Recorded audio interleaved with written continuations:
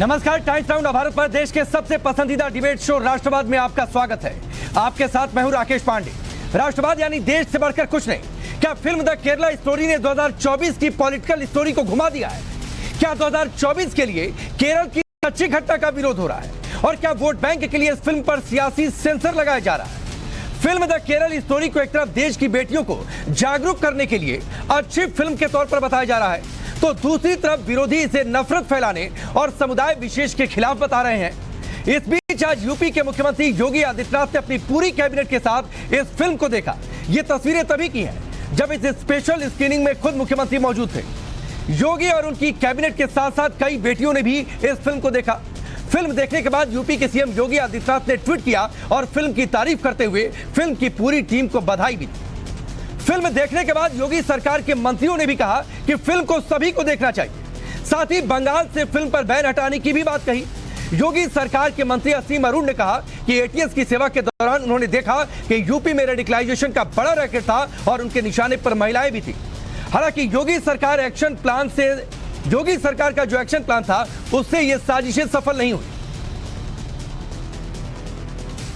The Kerala story को UP, MP, Uttarakhand और हरियाणा में टैक्स फ्री किया गया है, जबकि ममता बनर्जी ने फिल्म पर सवाल उठाते हुए पश्चिम बंगाल में फिल्म पर बैन लगा दिया है। तमिलनाडु में भी फिल्म पर बैन है, जबकि केरल में बैन को हाईकोर्ट ने हटा दिया था और बड़ी तल्ख टिप्पणियां हाईकोर्ट की ओर से की गई थी। केरल स्टोरी को बैन करने के खिलाफ फिल्म निर्देशक की याचिका पर आज सुप्रीम कोर्ट में भी सुनवाई हुई। सुप्रीम कोर्ट ने सुनवाई के दौरान पश्चिम बंगाल सरकार से कई सवाल पूछे और ये बड़े सवाल हैं। इन सवालों पर आपको जरूर नजर डालना चाहिए। कोर्ट ने पूछा कि अगर पूरे देश में शांतिपूर्ण तरीके से फिल्म दिखाई जा रही है तो पश्चिम बंगाल में फिल्म को बैन क्यों किया गया? कोर्ट ने यह भी टिप्पणी की कि क्या पश्चिम बंगाल देश का हिस्सा नहीं है क्या, जो पूरे देश में फिल्म दिखाई जाए और पश्चिम बंगाल में फिल्म ना दिखे? वहीं तमिलनाडु सरकार को सुप्रीम कोर्ट ने कहा कि यह कानून व्यवस्था का मामला है। मूवी देखने आने वाले लोगों, सिनेमा हॉल की सुरक्षा करना राज्य सरकार की जिम्मेदारी है। कोर्ट ने फिलहाल फिल्म से बैन नहीं हटाया, लेकिन दोनों सरकारों से 17 मई तक जवाब मांगा गया है। ऐसे में वो सवाल आपके सामने रखता हूं जिन सवालों के इर्द गिर्द आज की डिबेट आगे बढ़ने वाली है। पहला बड़ा सवाल होगा कि द केरला स्टोरी ने 2024 की पॉलिटिकल स्टोरी को क्या घुमा दिया है और इसीलिए इस पर तीखी बयानबाजी। सवाल यह भी कि योगी बिस्वा ने फिल्म देखी है, क्या ममता भी इस फिल्म से बैन हटाएंगी, क्योंकि पश्चिम बंगाल देश का हिस्सा है भाई। सवाल यह भी होगा कि केरल की रियल पिक्चर फिर सियासी सेंसर क्यों?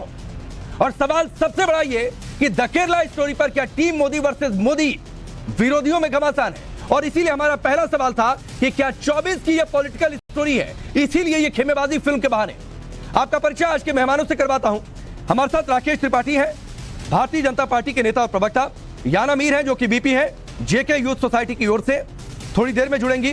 डॉक्टर आशुतोष वर्मा है, समाजवादी पार्टी के नेता और प्रवक्ता, थोड़ी देर में हमारे साथ जुड़ेंगे। कलमुल हाफिज हमारे साथ है, पॉलिटिकल एनालिस्ट के तौर पर नोएडा में स्टूडियो में हमारे साथ मौजूद हैं। स्वयं पुरोहित जी हमारे साथ, टीएमसी के नेता और प्रवक्ता, वो हमारे साथ जुड़ चुके हैं। आप सबका बहुत बहुत स्वागत है। स्वयं पुरोहित जी, मैं आपसे शुरुआत करता हूं। सुप्रीम कोर्ट का बड़ा सवाल, पश्चिम बंगाल भी इसी देश का हिस्सा, फिल्म पर बैन क्यों? देखिए, ये हमारा अधिकार हमें संविधान ही देता है कि एज पर section 61 of West Bengal cinema regulation 1954 act, उसके तहत अगर कोई भी सिनेमा अगर हमारे राज्य के अंदर में अशांति, नफरत ऐसा माहौल पैदा करती है तो उसे रोकना हम सबका फर्ज और दायित्व बनता है। ऐसी फिल्म जिसके ऊपर में समाज का विभाजन किया जाए, ये फिल्म समाज के लिए एक जहर और नफरत का काम करेगी। ऐसी फिल्म को रोकना अगर है, इसके लिए इतनी चर्चा क्यों हो रही है मैं समझ नहीं पा रहा हूँ। नहीं तो ये जहर पश्चिम बंगाल में ही सिर्फ फैलेगा, यूपी में नहीं फैल रहा, पहली बार नहीं, उत्तराखंड में नहीं फैल रहा, देश के बाकी राज्यों में नहीं फैल रहा। इसीलिए तो सुप्रीम कोर्ट ने सवाल पूछा ना कि पश्चिम बंगाल इसी देश का हिस्सा या बाहर का है। हम सुप्रीम कोर्ट का जवाब हम सुप्रीम कोर्ट में दे रहे हैं, वो आप दीजिएगा सर। मैं वो जवाब आपसे चाहता भी नहीं हूं।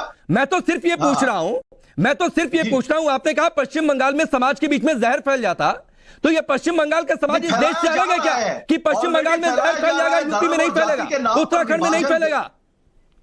नहीं, उत्तराखंड, देखिए उत्तराखंड में आपको पता होना चाहिए, उत्तराखंड में केदारनाथ सिनेमा को भारतीय जनता पार्टी की सरकार ने बैन किया था, जो कि वहां के जो प्रलय आया था उसको लेकर के वो पिक्चर थी। 2013 के अंदर में जो हुआ था उसको लेकर के वो पिक्चर बनी थी, उसको भारतीय जनता पार्टी की सरकार ने बैन किया। आपको पता होना चाहिए, नरेंद्र मोदी की सरकार जब 2005 के अंदर में परजानिया फिल्म को बैन करती है, 2006 के अंदर में फना फिल्म को बैन करती है, कोई इस तरह का माहौल नहीं बनता तो है। सर, देखिए ये छोटा सा इशू है, स्वयं कोई बहुत बड़ा पुरोहित जी, इशू नहीं है। स्वयं पुरोहित जी, कौन सी फिल्म कब बैन हुई, बीजेपी ने ये किया तो आपको लाइसेंस मिल गया? सर मैं ये तर्क नहीं सुनना चाहता हूं, मैं सिर्फ जी। ये जानना चाहता हूं कि कैसे पश्चिम बंगाल के समाज में जहर फैल जाएगा। सर वो हमारे दर्शकों को बता दीजिए आप, क्यों आपको लगता है ऐसा? देखिए जहर फैलने का ऐसा है कि आप किसी भी जैसे इसके अंदर में झूठे तथ्य, आप कुछ दिनों पहले कश्मीर फाइल्स पिक्चर आई थी, उसमें एक झूठा तथ्य क्या है आपको खुद को जानना चाहिए कि उसके अंदर में दिखाया गया, जो तारीख दी गई थी कि इस तारीख को, फलाना तारीख को वहां से कश्मीरियों का पलायन हुआ। नहीं, तो आपको एक मिनट मेरी बात खत्म होने दीजिए, जब सवाल कर रहे हैं मेरी बात खत्म। ठीक, पलायन हुआ, उस सिनेमा में यह नहीं दिखाया गया कि उस दिन किसकी सरकार थी, कौन थे उस दिन देश के गृह मंत्री, भारतीय जनता पार्टी के समर्थन की सरकार थी, विश्वनाथ प्रताप सिंह, वही जिक्र नहीं है सिनेमा में। ये जो वन साइडेड एजेंडा चलाया जा रहा है, इस चीज का विरोध है। भारतीय जनता पार्टी जो सिनेमा के ये व्हाट्सएप को छोड़ दी है, व्हाट्सएप अब इनका कोई नहीं पढ़ते हैं, देखते हैं। अब ये सिनेमा को माध्यम बना रहे हैं कि अपने एजेंडा को कैसे सच साबित करना है। आधा सच नहीं, एजेंडा तो आपका भी है ना सर। एक फिल्म जिसमें आरोप है एक आतंकी संगठन पर, आतंकी संगठन ने कैसे साजिश की, कैसे केरल में उसके कुछ लोग फैले, ठीक है, उससे पश्चिम बंगाल के समाज में जहर फैल जाएगा। सर आप समझते हैं कि इस देश के लोग इतने मासूम हैं, या मैं इतना मासूम हूं? आपके स्तर को हजम कर लेंगे। राकेश त्रिपाठी जी, चूंकि बीजेपी की सरकार में एक आध फिल्में बैन हुई, इन्हें लाइसेंस मिल गया, इससे पश्चिम बंगाल में बैन किए हैं, वरना ये लोग नहीं बैन करते। देखिए राकेश जी, मैं स्वयं पुरोहित जी को और पूरी पश्चिम बंगाल की सरकार को और जो भी केरला स्टोरी का विरोध कर रहे हैं उन सबके लिए सुझाव दूंगा कि आंखें मूंदने से अंधेरा नहीं हो जाता है।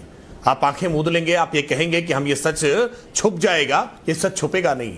ये सत्य घटनाओं पर आधारित एक ऐसी फिल्म है जो उस काली करतूतों को उजागर करती है जिस पर पर्दा डालने का लंबे समय तक षड्यंत्र होता रहा है। और यह षड्यंत्र देश के खिलाफ है, यह षड्यंत्र समाज के खिलाफ है। इसलिए इसको किसी जाति और मजहब में बांटकर मत देखिए, क्योंकि यह बंगाल को भी ले डूबेगा। ये अगर इसको छुपाने की कोशिश करेंगे तो उत्तर प्रदेश भी नहीं बचेगा, ये देश नहीं बचेगा अगर इस प्रकार के एक आतंकवाद के स्वरूप को अगर हम नकारने की कोशिश करेंगे। ये क्यों नकारने का प्रयास कर रहे हैं यह भी देश जानता है। आप मजहबी तुष्टीकरण के लिए आज इस सत्य को स्वीकार करने से परहेज करना चाह रहे हैं, जबकि केरल में किस प्रकार से मजहब के आधार पर धर्मांतरण होता रहा, आईएसआईएस में भर्ती करने के लिए लव जिहाद के किस प्रकार से प्रयास होते रहे हैं, ये सारी बातें केरल हाईकोर्ट के प्रोसीडिंग्स में हैं और केरल में वामपंथी सरकार के द्वारा इसको स्वीकार किया गया था। लेकिन ये तृणमूल कांग्रेस हो, ये कांग्रेस पार्टी हो, ये समाजवादी पार्टी हो, ये आरजेडी हो, ये जिस तरह से इसका विरोध करने का काम कर रहे हैं, ये बात बिल्कुल स्पष्ट है कि इनको अभी भी यहां वोटों की मंडी दिखाई पड़ रही है। लेकिन इस बात को अनदेखा करने का प्रयास कर रहे हैं कि वोट खा जाएगा पूरे भारत को। अगर ये मजहबी तुष्टीकरण करते रहेंगे ना तो देश जो लंबे संघर्षों के बाद आजाद हुआ है, ये देश फिर गुलाम होते देर नहीं लगेगी। इसलिए इस सत्य को स्वीकार करिए। और ये सत्य अलग अलग स्थानों पर ही कह रहे हैं कश्मीर फाइल्स झूठी है। अरे भाई, कश्मीर से पीड़ित हुए कश्मीरी पंडित पूरे देश में जीती जागती कहानियां हैं। लेकिन वो तो मैं उनसे पूछूंगा, राकेश त्रिपाठी जी आता हूं, वो मैं उनसे पूछूंगा कि किस तरीके से वहां पर पंडितों का नरसंहार हुआ, कश्मीरी पंडितों का क्या क्या वहां पर नारे लगे, बोलेंगे ये भी प्रोपेगेंडा है। मैं आता हूं आपके पास, आशुतोष जी, आप लोगों का स्टैंड आपको लगता है कि समाज में जहर फैला रही है जो टीएमसी ने बात कही है? राकेश जी धन्यवाद।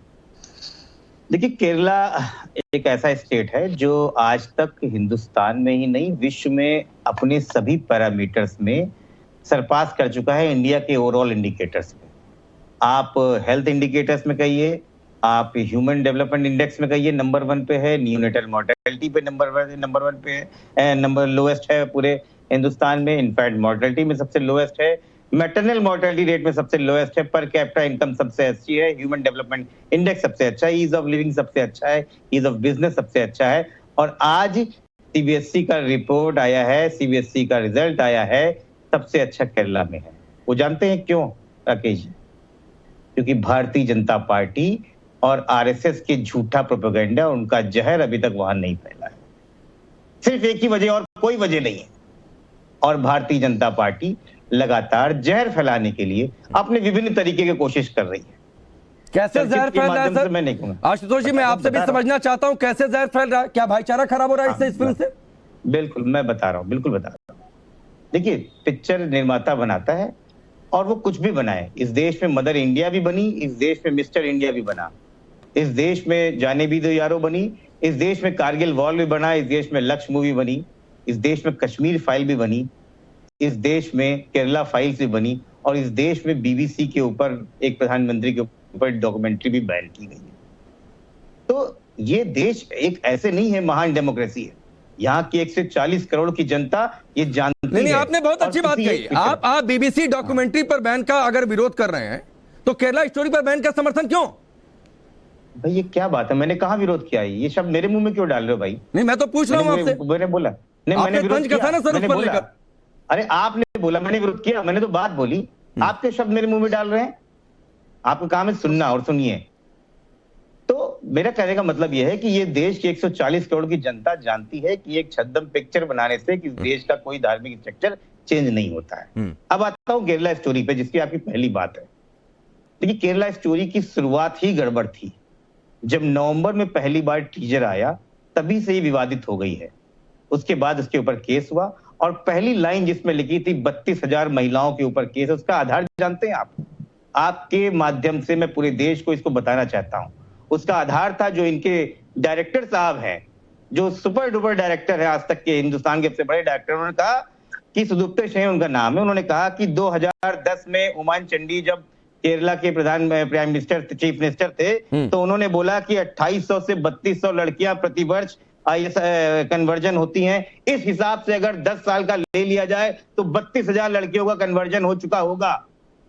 उसके पास जब केस हुआ उनके ऊपर, हाई कोर्ट से डांट लगाई गई। पूरी बात सुन लीजिएगा पांडे जी। तो सर जल्दी समाप्त करिए। सुन ली। उन्होंने कहा सॉरी गलती हो गई, हम टीजर को हटा रहे हैं। फिर उसके बाद जब नई पिक्चर आई, यूट्यूब से आई, और से उसमें वो टीजर हटा के 32 को 3 किया गया, 03। और आज सारे यूट्यूब से हटाने के लिए शपथ पत्र उस सुदीप्त सेन डायरेक्टर ने दे रखा है। ये पहला तो फैक्ट ठीक है ना आशुतोष भाई, अगर आपको लगता है या किसी को भी लगता है कि किसी फिल्म में गलत फैक्ट है, तो सर आप जाइए प्रोड्यूसर को, डायरेक्टर को खींचिए कोर्ट में सर, और बोलिए कि ये फैक्ट ठीक करो भाई, या पूरी फिल्म को बैन कर देंगे। कलीमुल हाफिज साहब, मैं आता हूं। आशुतोष जी आता हूं। आशुतोष जी आता हूं। एक टिप्पणी ले लो। किसने बैन किया? किसने बैन किया बताइए? पश्चिम बंगाल में बैन हुआ तो बोलिए, एक बार आप बोल दीजिए कि पश्चिम बंगाल में बैन गलत है। चलिए सर, मैं आपकी बात पूछिए ना, तो आप बता दीजिए ना पश्चिम बंगाल में बैन गलत है कि सही है? मैं उनका प्रवक्ता हूं क्या? नहीं, तो मैं आपकी राय पूछ रहा हूं ना। पॉलिटिकल पार्टी आप है ना सर, गलबैया भी होती है, गलबैया भी होती है। आप मुझे सिर्फ बता दीजिए पश्चिम बंगाल में फिल्म पर बैन सही है या गलत है? अरे भाई, वॉशिंगटन में क्या हो रहा है उसके लिए मैं पूछ रहा हूं, पश्चिम बंगाल में फिल्म पर बैन सही है या गलत है? पश्चिम बंगाल में जो सरकार वहां चुनी सरकार करेगी वो चाहेगी। नहीं, आपके हिसाब से सही है कि गलत है? दूसरे राज्य में कुछ होता है, मोदी सरकार कुछ फैसले लेती है, तो आप लोग आलोचना करते हैं या तारीफ करते हैं ना सर? तो बता दीजिए पश्चिम बंगाल में सही हुआ कि गलत हुआ? पश्चिम बंगाल में सरकार किसकी है? मैं पूछ रहा हूं। भारत की नहीं तो है। सर आप मोदी सरकार, अरे आशुतोष जी सर घुमाइए नहीं। उत्तराखंड में, दूसरे स्टेट में, या मोदी सरकार कुछ आप लोगों की नजर में गलत फैसले लेती है तो आप आलोचना करते हैं ना सर? तो उसी तरह पश्चिम बंगाल में बता दीजिए सही हुआ कि गलत हुआ? पांडे जी, आप इसके फेवर में है कि आप अगेंस्ट? नहीं, मैं जो पूछ रहा हूं सर, आपसे यहाँ पर सवाल पूछने के लिए बुलाया गया सर। आप एंकर हो कि आप मैं किसी सर मत तय करिए कि मैं क्या हूं। मैं एंकर हूं और ये देश देख रहा है सर। आप पॉलिटिकल पार्टी है, आपकी एक ओपिनियन है, या तो बोल दीजिए केरला स्टोरी पर आप अपना ओपिनियन नहीं जाहिर कर रहे हैं। नहीं आप बता पा रहे कि पश्चिम बंगाल में फिल्म पर बैन सही है कि गलत है, क्योंकि आप लोगों की गलबैया हो रही है। पांडे जी, चलिए मैं आगे बढ़ता हूं। कलीमुल हाफिज भाई, ठीक है सर, मैं आता हूं सर, बहुत देर आपके पास रह गया। रुक जाइए, 2 मेहमान अभी भी इंतजार कर रहे हैं। मैं आता हूं आशुतोष जी। सब देश, पूरा देश समझ रहा है कि आप क्यों नहीं खुलकर बोल पा रहे सर। कलीमुल हाफिज साहब, इससे समाज में जहर क्यों फैल रहा है? आपको लगता है कि भाईचारा गड़बड़ हो रहा है? देखिए, हिटलर के जमाने में भी सेम पैटर्न था, इसी तरह से फिल्में बनाई जाती थी और प्रधानमंत्री से लेके उनका गोदी मीडिया भी हिटलर का इसी तरह से प्रमोट करता था। एक चीज सामान्य तौर पर अपनी बात रखिए सर। मैं फिर मैं आपको टैग देना शुरू करूंगा, बिल्कुल आपको नहीं हो पाएगा, मैं पहले बता दे रहा हूं। मैं जो कह रहा हूं बहुत दिक्कत हो जाएगी फिर। देखिए सर, ये अपनी बात आप रखिए, की बात है वो सुनिए, बात आप रखिए ना सर, अपनी बात रखिए, उन्हीं के टाइम की बात रख रहा हूं। उस टाइम पे भी ऐसी ही फिल्में बनती थी, वहां पे भी झूठ बोला जाता था, खूब बोला जाता था, जोर से बोला जाता था, फिर रिपीट होता था, फिर उसके बाद आधा सच भी बोला जाता था। और वही चीज आज ध्रुव राठी का आप YouTube पे उसकी वो अरे सर, मैं किसी का YouTube नहीं देखा है सर, प्लीज। मैं किसी का YouTube चैनल यहाँ पर नहीं दिखाने के लिए बैठा हूँ। आपसे आपकी राय पूछ रहा हूँ सर, आप किसी का नाम लेकर अपनी राय बताइए ना सर। सर मेरी आप किसी का YouTube ने क्या कहा, किसी ने अपने YouTube चैनल पर क्या कहा, मैं 10 लोगों के और YouTube चैनल आपको दिखाऊं, इसलिए बुलाया क्या? ये केरला स्टोरी भारतीय जनता पार्टी और आरएसएस के नफरती एजेंडे को बैकफायर कर गई है। आप केरला का रिजल्ट देख लेना, कल आप ही राकेश पांडे होंगे, आपका हम शक्ल देख रहे होंगे उस टाइम पे कि आप उसको कैसे रिएक्ट करेंगे। सच्चाई ये है कि देश की जनता इनके झूठे और नफरत भरे एजेंडे को पहचान गई है। और ये जो 32,000 जिसके ऊपर फिल्में बाकायदा हीरोइन कहती है, और जब ये कोर्ट का क्यों नफरती एजेंडा जरा बता दीजिए, क्यों नफरती? ये इसलिए नफरती एजेंडा है कि जब सच्चाई ये है कि सिर्फ एक लड़की है जिसने हिंदू से इस्लाम को आई है, उसमें 32,000 लिखा है। फैक्ट तो ठीक हुआ ना, आशुतोष जी अभी कह रहे थे। नफरती एजेंडा क्यों? फिल्म में ठीक नहीं हुआ है कि फिल्म ठीक हुआ, 3 पर आ गए 32,000 से। वो अभी कहा उन्होंने नहीं, वो वहां ठीक हुआ है जहां पे वो यूट्यूब के डिस्क्रिप्शन में ठीक करा है सुदत्तो ने। फिल्म में तो सर कह दीजिए हर जगह ठीक हो जाए, इस पर याचिका दाखिल कर दीजिए। मुझे बताइए नफरत क्यों फैल रही है? ये नफरत इसलिए फैल रही है कि एक समस्या जो एक लड़की की है उसको 32,000 बना के जो मुसलमानों में और समाज मुसलमानों को बदनाम और समाज में एक मिनट रुकिए ना। उसमें इस्लामिक स्टेट का जिक्र होता है। इस्लामिक स्टेट हम किसको कहते हैं? आईएस किसको कहते हैं? आतंकवादी संगठन। वो कटघरे में है। ये मुसलमानों की बात कहां से आ गई सर? मुसलमान चलाते हैं क्या? नहीं, मुसलमान चलाते हैं क्या? आपने केरला के मुसलमान को दिखाया? मुसलमान चलाते हैं क्या आतंकवादी संगठन? जबकि त्रिपाठी नहीं, आप बताइए मुसलमान चलाते हैं क्या आतंकवादी संगठन? आप जरा मुझे बोलने दीजिए। देखिए, ये फिल्म केरला के मुसलमानों को बदनाम करती है, जबकि सच्चाई ये है कि आईएसआईएस को हिंदुस्तान के 70,000 मौलानाओं ने आतंकवादी संगठन कहा है। और दुनिया में सबसे कम अगर कहीं का मुसलमान को शामिल हुआ है तो हिंदुस्तान का हुआ है। जाकर फिल्म देखी आपने? फिल्म देखिए, सुनिए मेरी बात। एक मिनट फिल्म देखिए, देखूंगा फिल्म देखिए, भी नहीं। फिल्म देखिए, आरएसएस को फिल्म देखिए। अच्छा, यहाँ पर कितने लोगों ने फिल्म देखी? अरे रुक जाइए ना, आपने फिल्म नहीं देखी है। आशुतोष जी, आपने फिल्म देखी है कि नहीं? यार इतना खाली टाइम नहीं है मेरे पास। ठीक है, स्वयं पुरोहित जी आपने फिल्म देखी है? नहीं जी, फिल्म अब नहीं देखी है। राकेश त्रिपाठी जी आपने देखी है? सर आज देख ली होगी शायद। इन्होंने भी नहीं देखी जी। ये नजर नहीं, देख लिए। अब चलिए, यहां पर जो लोग विरोध कर रहे हैं उन्होंने फिल्म ही नहीं देखी है। आशुतोष जी कह रहे हैं खाली समय नहीं है, लेकिन इतना समय है कि फिल्म के सहारे अपनी सियासत को आगे बढ़ाएं। स्वयं पुरोहित जी ने फिल्म नहीं देखी है, लेकिन पता चल गया कि फिल्म में गड़बड़ कंटेंट है। उसका जवाब सुनिए। मैं आ रहा हूँ। याना मीर ने अभी तक कुछ नहीं बोला है। अरे रुक जाइए सर, याना मीर ने अभी तक कुछ नहीं। अरे रुकिए ना सर, प्लीज रुकिए। एकमात्र महिला पैनलिस्ट है, उनका तो सम्मान करिए। एक मिनट रुक जाइए, आशुतोष जी आता हूँ, पहले याना मीर बोल रहे। याना मीर, क्या आपको लगता है कि सिर्फ प्रोपेगेंडा, सियासत, इस फिल्म का विरोध यही वजह है? रुक जाइए ना याना मीर, प्लीज। याना मीर जी। देखिए, मैं इतना बोलूंगी, यहाँ हर कोई जो है इस पर, मैंने खुद ये फिल्म नहीं देखी है, पहले मैं ये क्लियर कर दूं। दूसरी बात, यहाँ हर कोई जो है इस फिल्म को पॉलिटिसाइज करने की कोशिश कर रहा है, एक तरह से इस फिल्म को जो है पॉलिटिक्स की तरफ ले जा रहा है, सियासत की तरफ। लेकिन I would talk like a Muslim because I am a Muslim, so I will say कि ये फिल्म एक्चुअली मुसलमानों के लिए अच्छी है। मुसलमानों के लिए अच्छी क्यों है ये मैं बताती हूँ, क्योंकि हम में से बहुत सारे ऐसे लोग हैं जो खुल के जो है आईसिस में जो नौजवान ज्वाइन होते हैं, जो या किसी भी दहशतगर्द संगठन में जो जाकर ज्वाइन होते हैं, उनको हम खुले में ओपनली आके कंडेम नहीं कर सकते, बिकॉज हमें लगता है कि हम अपनी 70,000 मौलानाओं ने उसको कंडेम किया। 70,000 मौलानाओं ने कलमुल हाफिज वो आपके बीच में नहीं बोली। कलमुल हाफिज वो आपके बीच में नहीं बोली। पॉइंट नोट करिए सर, पॉइंट नोट करिए, उनको अपनी बात पूरी करने दीजिए। ऐसे नहीं होगा। याना मीर अपनी बात पूरी करिए। It's a democracy. सो यहाँ पे क्या हो रहा है कि इस फिल्म को देख के बहुत सारे मुसलमानों में वो एक फीलिंग आ रही है कि अब जो हम डिफरेंशिएट कर सकते हैं कि भाई कौन टेररिस्ट है, और हम खुद को इनके साथ जोड़ नहीं सकते क्योंकि हम सिर्फ मुसलमान हैं, ये टेररिस्ट है। हम वो फर्क देख पा रहे हैं ऐसी मूवीज देख के। तो इट इज एक्चुअली हेल्पिंग इस्लाम। मैं आपको बताती हूँ कैसे। ये जो लोग जो दहशतगर्द बनते हैं वो मुसलमान है ही नहीं, क्योंकि मैं आपको बता दूं सूरह अल हजरात में लिखा है आयत 13 में कि अल्लाह ने जानबूझ के अलग अलग फेथ्स में, अलग अलग रिलीजन्स में इंसानों को बनाया ताकि एक दूसरे के साथ मिलकर वो मैनकाइंड के लिए काम कर सके।